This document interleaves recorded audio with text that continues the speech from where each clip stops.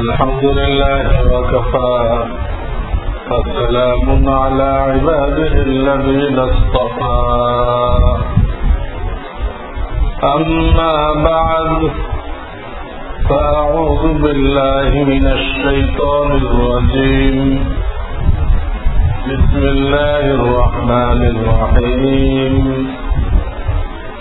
قد أفلح من تزكى وذكر اسم ربه فصلى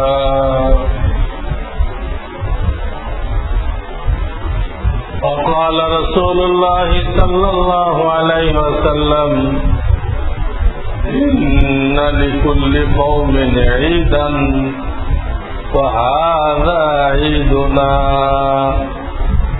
أو كما قال رسول الله صلى الله عليه وسلم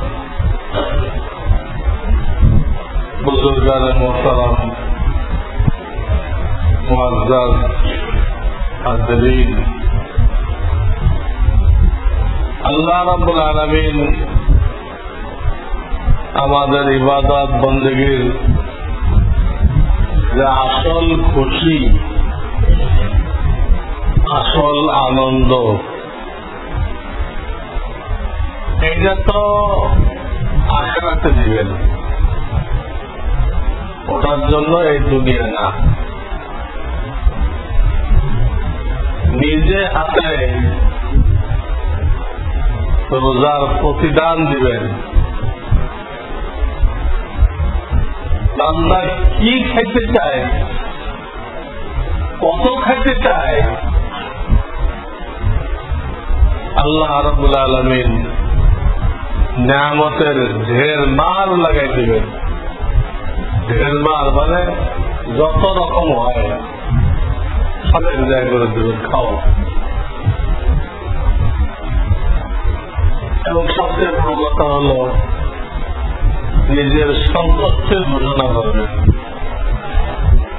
আমি রব্বুল আলামিন তোমাদের উপরে খুশি হয়ে গেছি, আমি তোমাদের উপরে আর কোনদিন নারাজ হব না।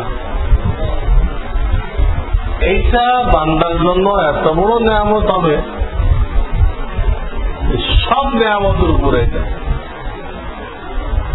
আল্লাহর এই ঘোষণা, আমি তোমাদের উপরে ইন্নী রাযীতু লাকুম ফালা আসখাতু আবাদা। আবাদা মানে কখনো আমি তোমাদের উপরে অসন্তুষ্ট হব না, তোমরা আমার নিয়ামত ভোগ করতে থাকবা।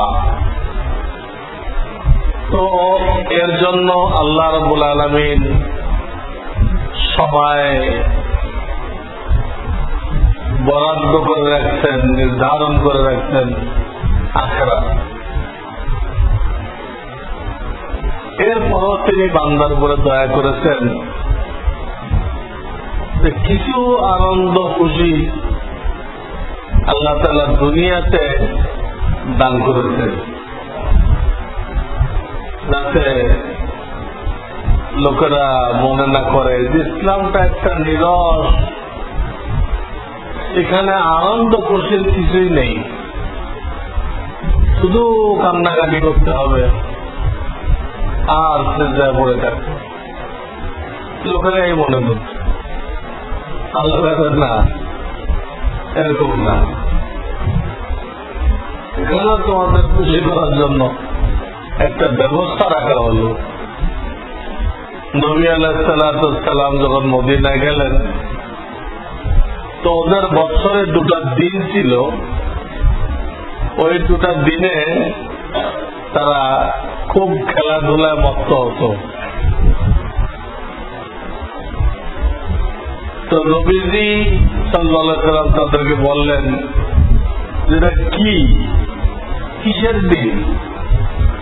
বললো আমাদের বাপদাদা চতুর্ভুক্তিতে চলে আসছে, বৎসরের এই দুটা দিন আমরা আনন্দ ফুর্তি করি।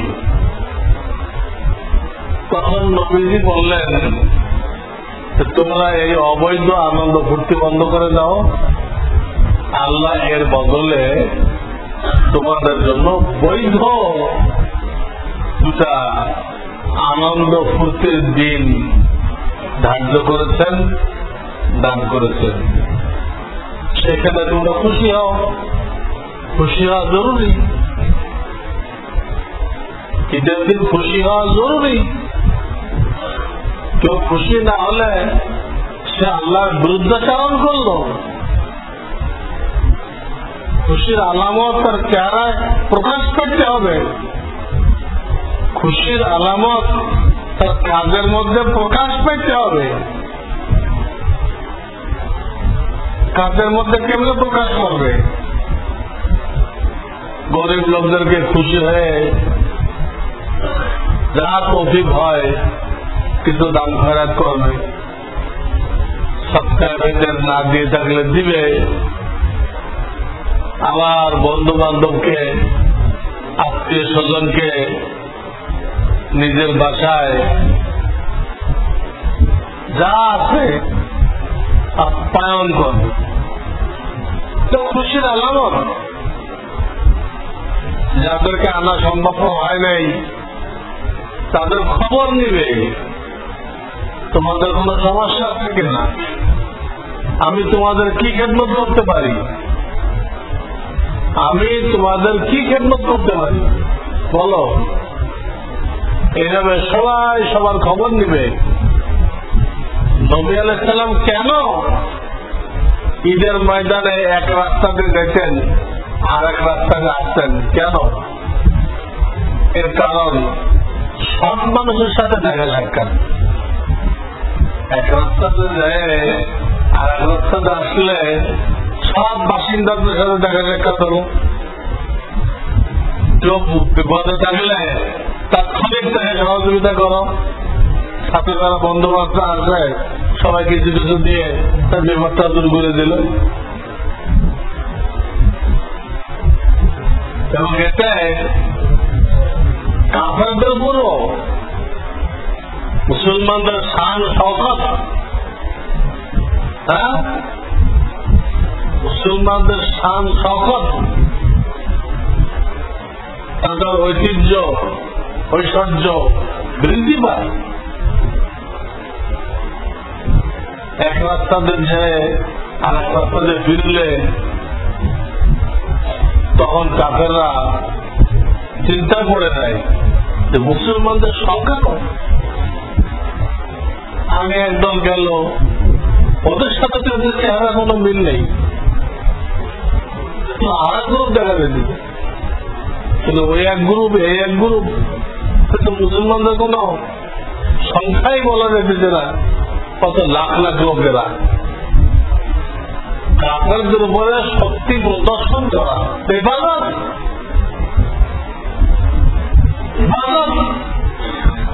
এই জন্য রাস্তা পরিবর্তন করা হয়েছে। নবীজি ঈদুল আজহাতে তো না খেয়ে দিতেন,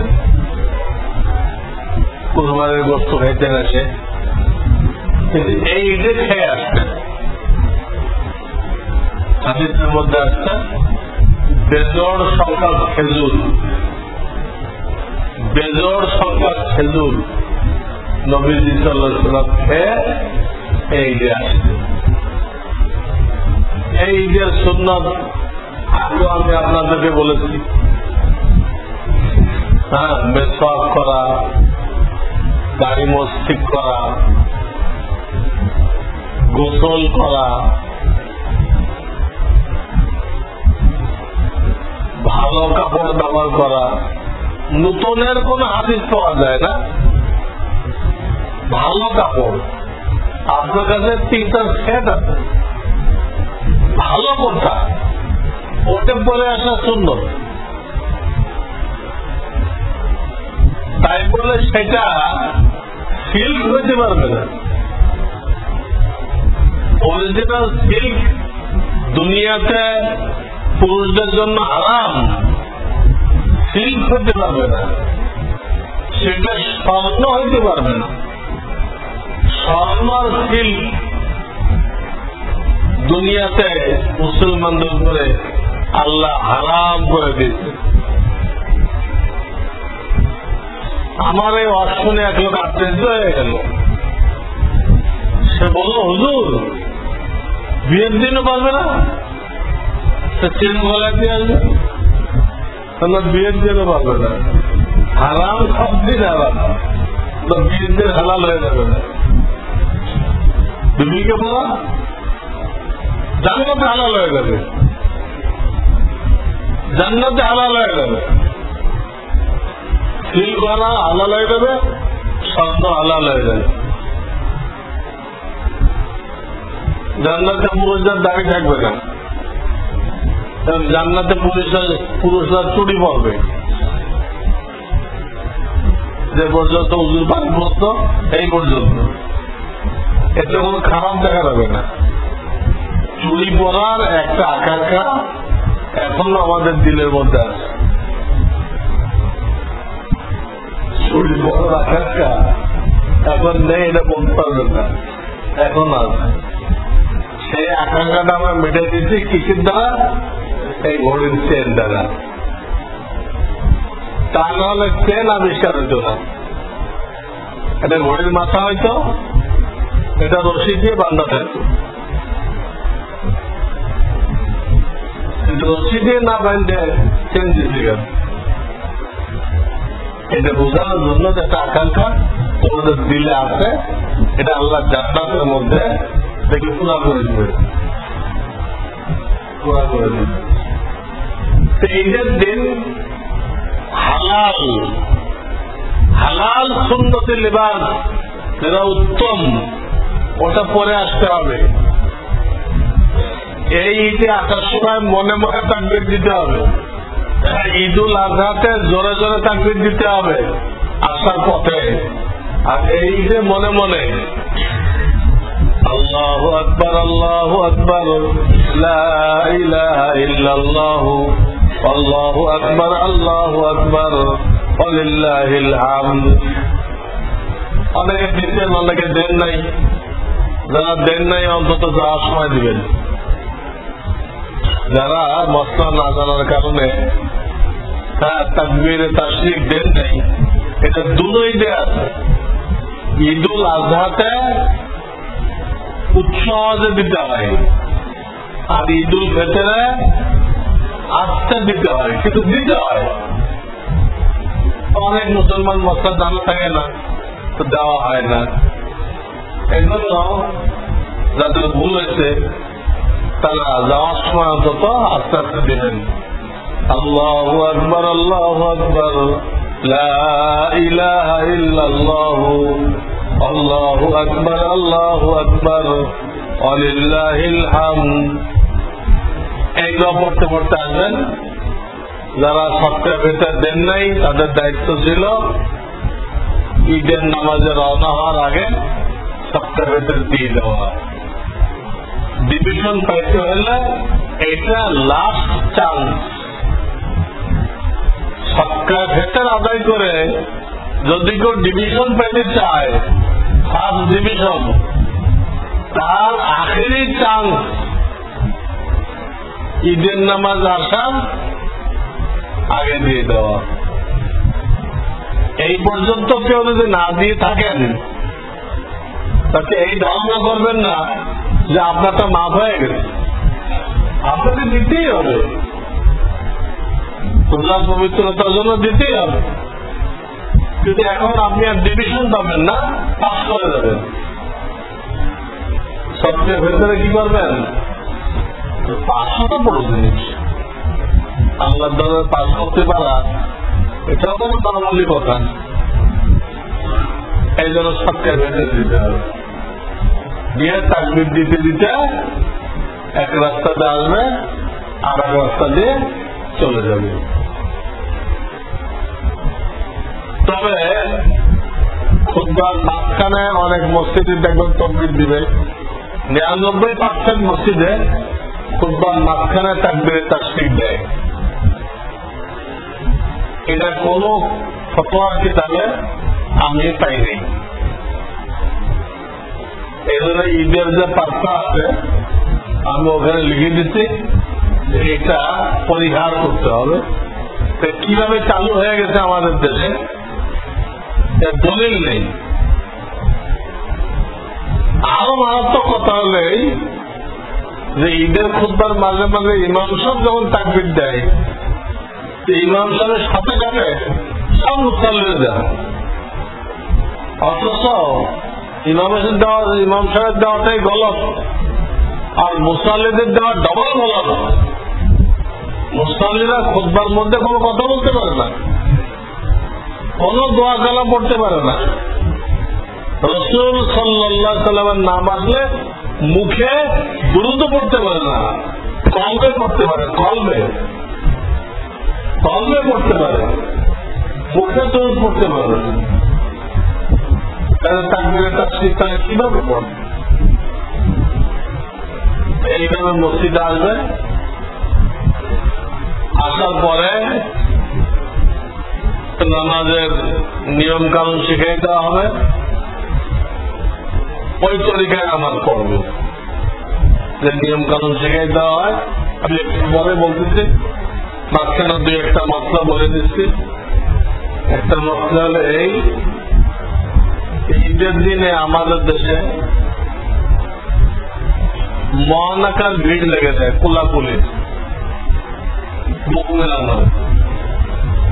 অথচ ঈদের সুন্নতের মধ্যে কোন মহানাকা নেই, কোলাকুলি নেই। তা আমাদের আবিষ্কৃত। কারোর সাথে অনেকদিন পর যদি দেখা হয়, ওটা সাক্ষাতের জন্য। ঘন ঘন সাক্ষাৎ হলে সালাম মুসাফা, ঘন ঘন সাক্ষাৎ হলে সালাম মুসাফা, একবার সালাম, একবার মুসাফা। দীর্ঘদিন 2 মাস 6 মাস পর দেখা হলে তখন সালাম মুসাফার পরে মহানাকা, কোলাকুলি। কিন্তু সেটা একবার।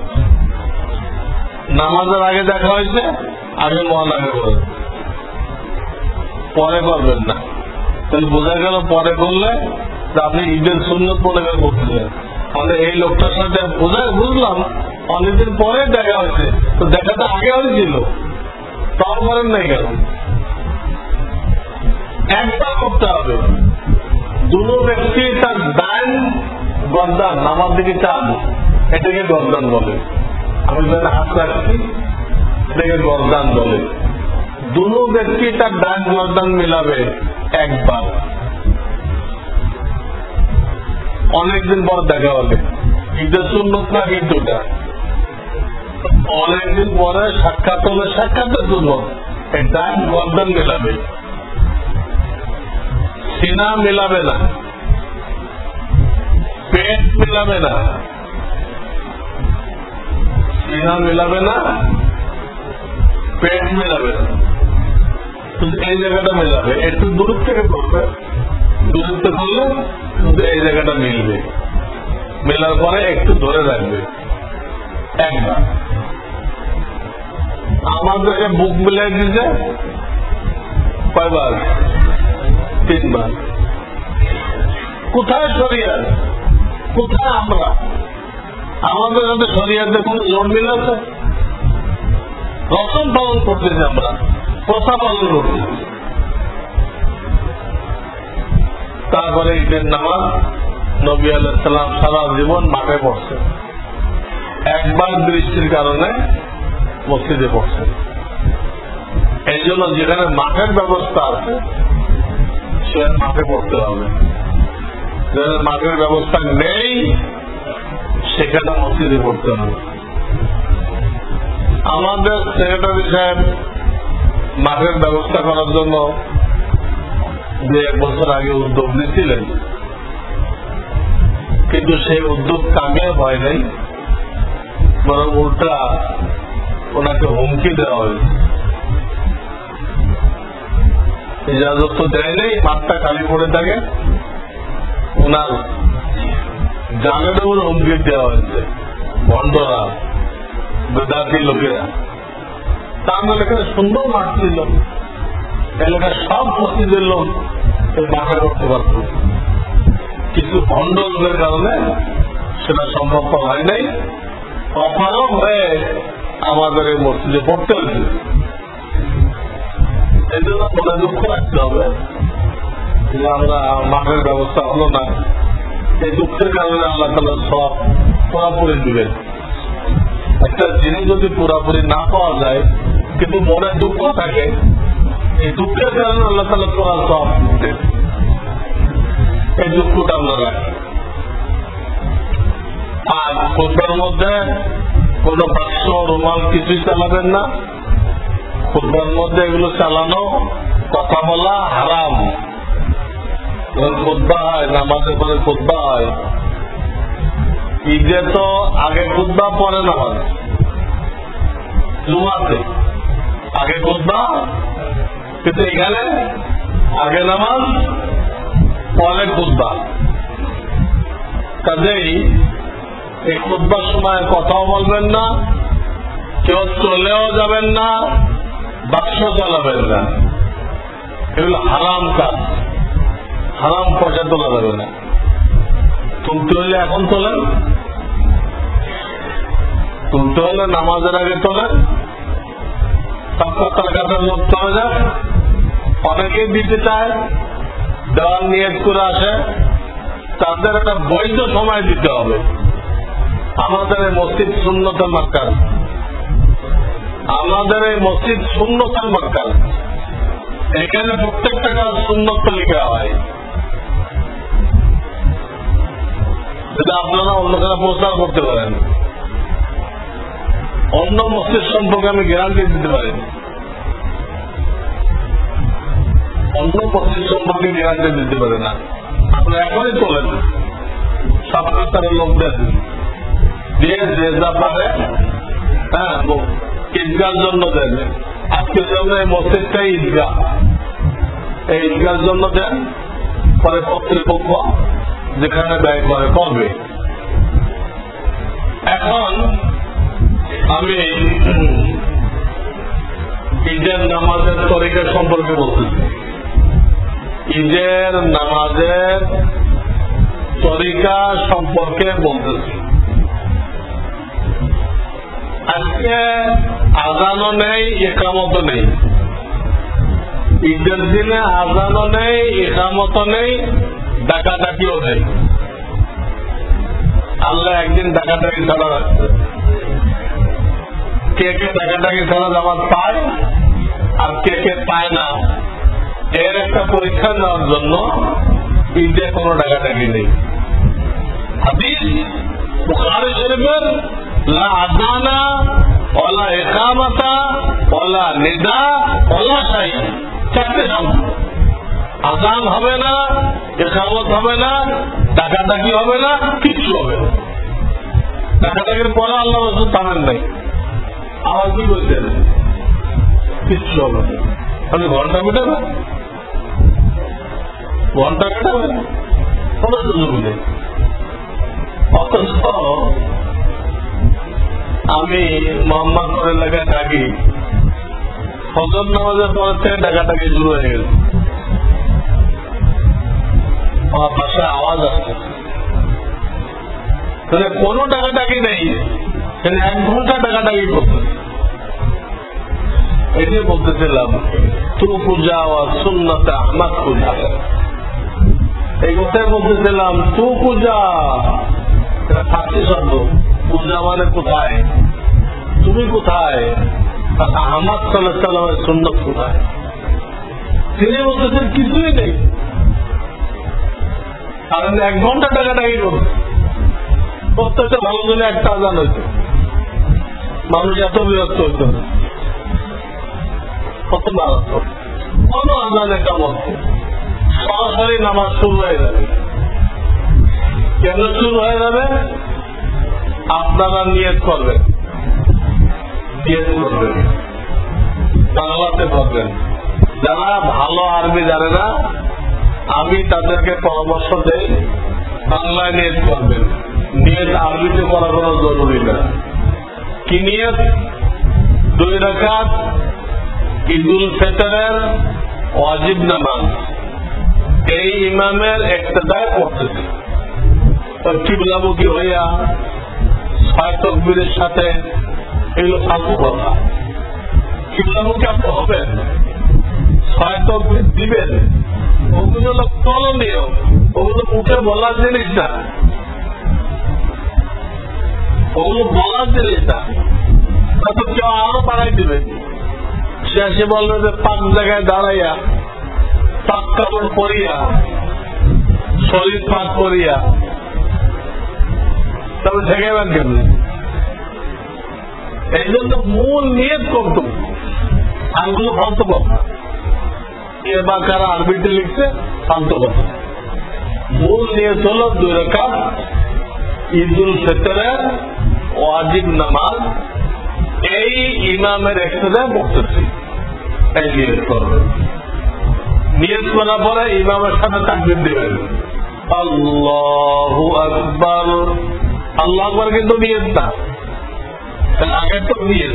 আল্লাহু আকবার তো তাকবীরে তাহরিম, তাকবীরে তাহরিমা, আল্লাহু আকবার একবার বাঁধবেন। এরপরে কি সবাই হাত তোলেন কিবলামুখী, আল্লাহু আকবার। এবার মনে মনে থানা পড়ে, একবেলা তাকবীরে থানা পড়তে হবে, সুবহানাল্লাহি ওয়া বিহামদিহি ওয়া তাবারাকা ইসমুকা ওয়া তাআলা জাদ্দুকা ওয়া লা ইলাহা ইল্লা বাস থানা গেল। আবার হাত তোলেন, আল্লাহু আকবার। এবার ছেড়ে দেন, পল্লাবার তো বাঁধছিলেন, দ্বিতীয় তাকবীরে কি করেন? তৃতীয় তাকবীরে 3টে বেশি হবে না, ওই 3টে প্রথম দূরাতে ছেড়ে দেবেন। 3টাতে বেশি হবে, প্রথম দূরাতে কি করবেন? ছেড়ে দেবেন, সেটা আর বাঁধবেন। ওই 3টা দ্বিতীয়টা দেবেন, আল্লাহু আকবার, এই দ্বিতীয়টা হয়ে গেল। এবার তৃতীয়টা দেন, আল্লাহু আকবার। এবার বাঁধবেন। এই বান্ধার পরে আপনাদের কোনো কাজ নেই, আপনারা ইমামের খেয়াল রাখবেন। উনি আউযুবিল্লাহ পড়বে, বিসমিল্লাহ পড়বে, পড়ে জোরে সূরা ফাতিহা পড়বে, সূরা মেলাবে, উনি সবকিছু করবে। পরে নর্মাল ভাবে প্রথম রাকাত শেষ হয়ে যাবে, প্রথম রাকাত কি হয়ে যাবে? শেষ হয়ে গেলে উঠবেন, উঠে দ্বিতীয় রাকাত পড়বেন। দ্বিতীয় রাকাত তো পুরা নর্মাল ভাবে উঠে বিসমিল্লাহ পড়ে ফাতিহা পড়বেন, আর এক সূরা পড়বেন। পরে রুকুতে যাওয়ার সময় কিছু কাজ আছে। পয়লা 3টা বেশি তাকবীর, তারপরেরটা রুকু তাকবীর। এইখানে আর বান্দাবান্দি নেই। পয়লা রাকাতে শুরুতে 4 তাকবীর, 4 তাকবীর, ওর পয়লাটা শেষটা তো বাঁধতে হয়েছিল, মাঝের 2টা বাঁধবেন নাই, 4টায় ছেড়ে দেবেন। চলে আল্লাহু আকবার, একদম ছেড়ে দেবেন, আল্লাহু আকবার, আল্লাহু আকবার, ছেড়ে দিলেন। চতুর্থটা যখন বলবেন, চতুর্থ, তখন রুকুতে চলে যাবেন। তখন আর লাগবে না, কান বরাবর। চতুর্থ তাকবীরে কান বরাবর হাত তুলতে হবে না, হাত তুলবেন পয়লা 3টাতে।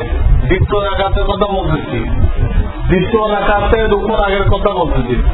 3টাতে কান বরাবর হাত তুলবেন, হাত ছেড়ে দিবেন। চতুর্থটা হাত তুলবেন না, কান বরাবর তুলবেনও না, ছাড়বেনও না। নর্মাল ভাবে যেভাবে রুকুতে যান, তাকবীর দিয়ে কি করবেন? রুকুতে যাবেন। এরপর আর বাকি কাজটা আছে নর্মাল নামাজ। বাকি নামাজ আর কোন পার্থক্য নেই। এবারে সালাম হয়ে যাবে। সালাম হওয়ার পরে আপনারা সংক্ষিপ্ত মোনাজাত হবে, এই মোনাজাত দেখে কেউ যাবেন না। অনেক লোক বুঝি না বলে দেওয়া হয় মোনাজাতটা মেইন মোনাজাতটা নামাজের পরে কবুল হয়, পরে কবুল হয়। এই দিনটা কি সাধারণ ক্ষমার দিন। আল্লাহ ফেরেশতাদেরকে বলেন আমার এই বান্দাদেরকে কি প্রতিদান দেওয়া উচিত? ফেরেশতারা বলেন আল্লাহ পুরা দিয়ে দেন, ভুল ত্রুটি থাকতে পারে পুরা দিয়ে দেন। আল্লাহ তাআলা 5টা কসম খান, 5টা কসম খেয়ে বলেন যখন তো লাকুম, তোমরা যে একটা নামাজ কষ্ট করছো আমি তোমাদেরকে মাফ করে দিলাম। বাদ্দালতু সাইয়্যাতিকুম হাসানাত, তোমাদের ছোট ছোট গুনাহগুলো বেখেয়ালে হয়ে গেছে, এগুলোকে নেকির দ্বারা পরিবর্তন করে দিলাম।